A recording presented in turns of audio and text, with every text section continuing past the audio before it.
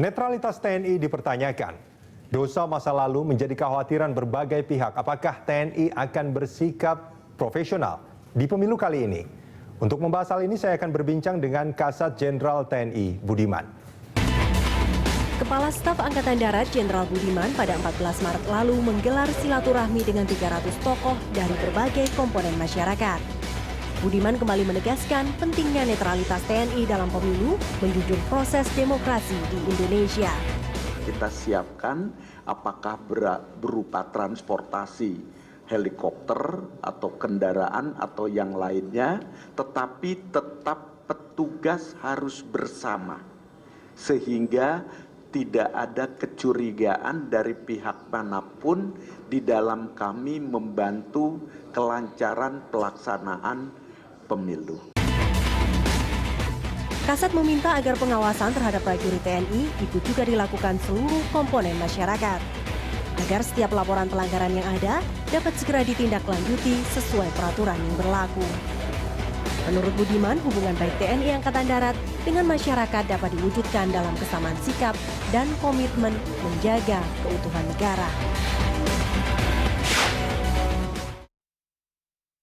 Kembali di Berita Politik dan saat ini saya sudah bersama dengan Kasat Jenderal TNI Budiman. Pak Budiman, ini kalau kita bicara soal pemilu, di mana posisi TNI, Pak Budiman? Posisi TNI jelas kita harus netral dan itu kita pegang teguh dan kita jalankan. Mengapa itu menjadi penting? Karena kita ketahui bahwa pemilu ini adalah pesta rakyat, di mana kita harus memberikan kesempatan kepada rakyat semaksimal mungkin untuk dapat memilih wakil-wakilnya dan kelak nanti memilih pemimpin-pemimpinnya. Anda juga pernah mengatakan bahwa netralitas TNI ini untuk kepentingan negara. Ya. Kepentingan seperti apa? Tentu apabila TNI netral dan kita juga mengajak pada seluruh komponen bangsa untuk tidak bermain hal yang negatif di dalam pemilihan umum ini, maka negara akan mendapatkan hasil yang maksimal dari pemilihan ini sehingga dapat terpilih wakil-wakil yang betul-betul diinginkan oleh rakyatnya dan pemimpin yang kredibel sehingga bisa membangun negara dan bangsa ini menjadi lebih hebat di kemudian hari. Pemimpin yang dipilih atau diinginkan oleh rakyat belum tentu yang diinginkan oleh TNI, Pak Budiman. Tidak menjadi persoalan karena di dalam tatanan negara demokrasi maka rakyat berhak memilih. Ada kekhawatiran di TNI bahwa tarik-menarik ini memang sudah terjadi?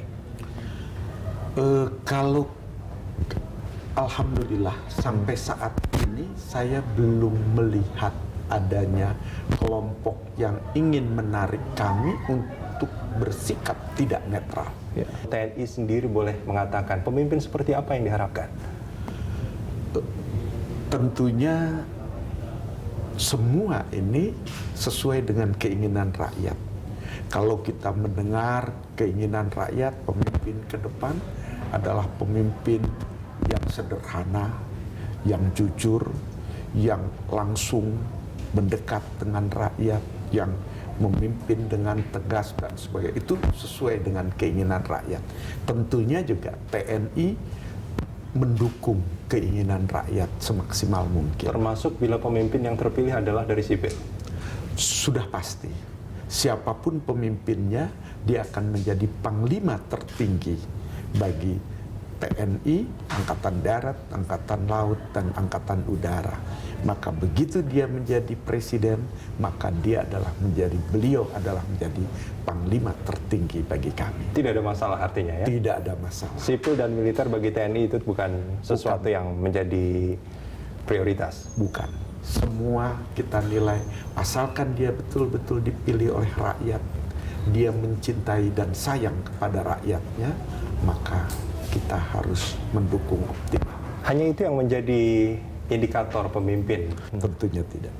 Untuk seorang pemimpin dibutuhkan suatu kemampuan untuk memanage negara Kita ketahui negara kita adalah negara besar dengan berbagai macam persoalan yang cukup kompleks, sehingga diperlukan pemimpin yang berkualitas tentunya. Baik Pak Budiman, kita akan sambung ini di segmen berikut nanti.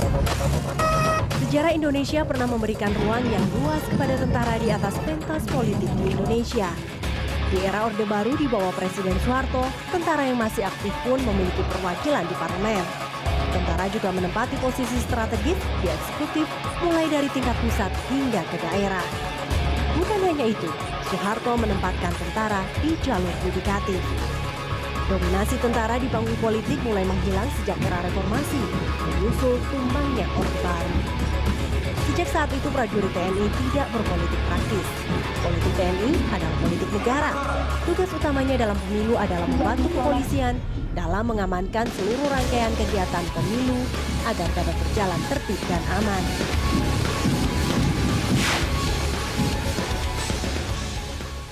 Setiap kali pemilu, bukan hanya pemilu di tingkat nasional, termasuk juga daerah Pak Budiman, ini TNI selalu dipertanyakan soal netralitasnya. Apa kira-kira yang membuat TNI selalu disoroti soal netralitas?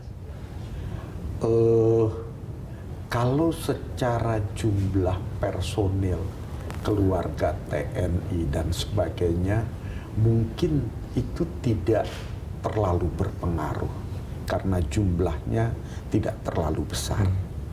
Tetapi pada saat bagaimana kapabilitas prajurit-prajurit TNI yang bersinggungan dengan masyarakat, ternyata kedekatan TNI dengan masyarakat dan rakyat menjadikan sesuatu yang menjadikan pihak-pihak yang khawatir mempermasalahkan netralitas. Ada juga yang mengatakan bahwa ini karena dosa masa lalu, Pak Budiman. Di zaman Orde Baru misalnya, di mana peran TNI di politik pada saat itu begitu kuat. Nah, betul. Itu bisa saja ada satu kecurigaan seperti itu, tetapi proses ini kan sudah masuk pada tahun ke-14. Kalau kita lihat generasinya sudah hampir bergeser. sudah berbeda. Sudah mulai berbeda, sedikit berbeda. Sudah mulai bergeser sehingga kita mulai berpikir TNI sebagai bagian dalam tatanan negara demokrasi. Sehingga kita harus benar-benar bisa menempatkan posisi kita.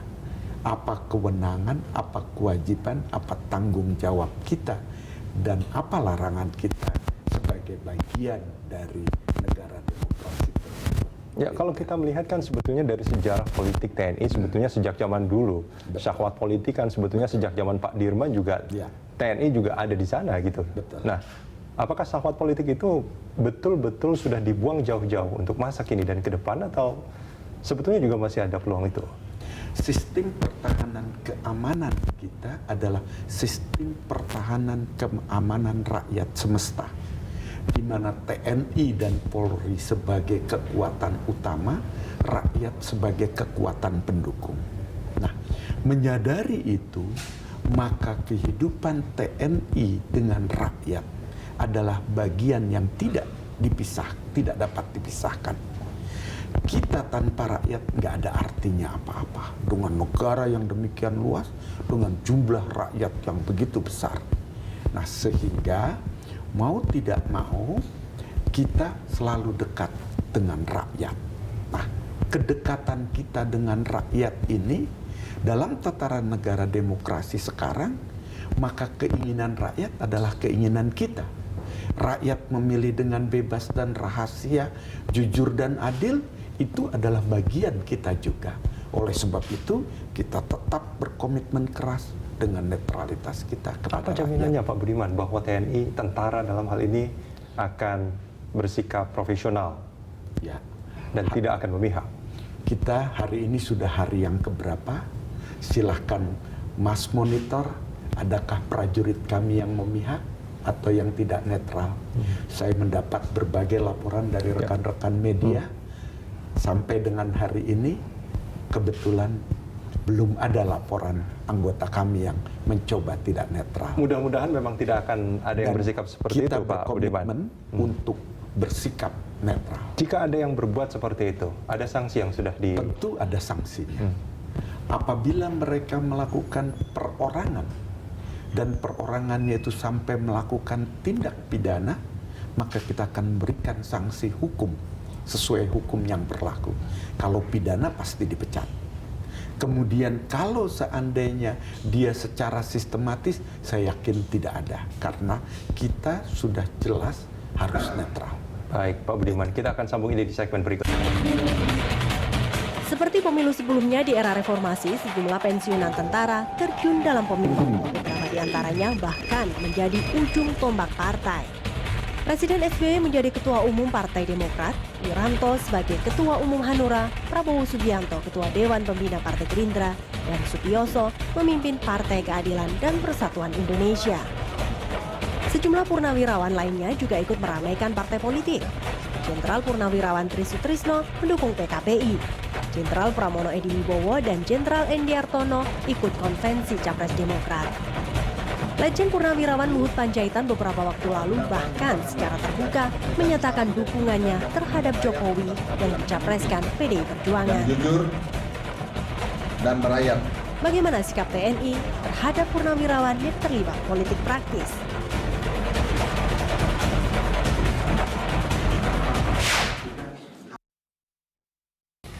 Jelang pemilu biasanya banyak pertemuan-pertemuan. Betul. Pak Budiman, ada silaturahmi istilahnya 14 Maret dengan para tokoh ya. Betul. Nah, 20 Februari juga ada pertemuan dengan purnawirawan-purnawirawan. Apa yang dibahas di sana? Kebetulan kami mengundang purnawirawan-purnawirawan, termasuk beliau-beliau yang mencalonkan diri menjadi presiden. Dari diskusi kita bersama, penyampaian beliau-beliau menyadari posisi TNI yang netral, dan beliau-beliau sendiri berkomitmen untuk tidak menarik-narik TNI untuk memihak pada salah satu. Jadi satu hal yang sangat positif dari beliau-beliau untuk tidak mengajak kita untuk tarik-menarik. Artinya ada kekhawatiran juga dari tentara aktif bahwa purnawirawan-purnawirawan ini akan melakukan hal itu? Kebetulan silaturahmi itu memang kita lakukan secara periodik, dan kebetulan juga kami juga menampung berbagai aspirasi-aspirasi dari beliau-beliau, terutama yang sepuh-sepuh. Ternyata banyak sekali hal-hal masukan yang sangat bagus dari beliau-beliau untuk bisa kita laksanakan. Seperti apa masukannya? Masukannya antara lain bagaimana agar TNI Angkatan Darat ke depan jauh lebih modern, jauh berpikir lebih komprehensif di dalam perencanaan ke depan. Terkait pemilu? Terkait pemilu, mereka meminta untuk tetap menjaga netralitas, karena mereka sudah dulu membuat aturannya, hendaknya sekarang betul-betul komitmen itu dilaksanakan dengan baik. Antara lain seperti itu. Pak Budiman, kalau kita bicara soal mereka yang saat ini mencoba untuk mengikuti kontestasi capres gitu. Ini kan mereka sudah tidak aktif sebetulnya. Betul. Tapi kalau kita bicara soal komando, itu kan masih ada bekas-bekasnya itu. Mereka mungkin mantan komandannya seperti itu. Apakah pengaruh itu juga masih kuat? Secara hubungan silaturahmi masih. Tetapi secara komando dalam arti mereka meminta atau mengatur begini sudah tidak sama sekali. Tetapi hubungan silaturahmi tetap baik sekali, hanya di dalam untuk hal-hal seperti meminta bantuan ini itu sudah tidak lagi.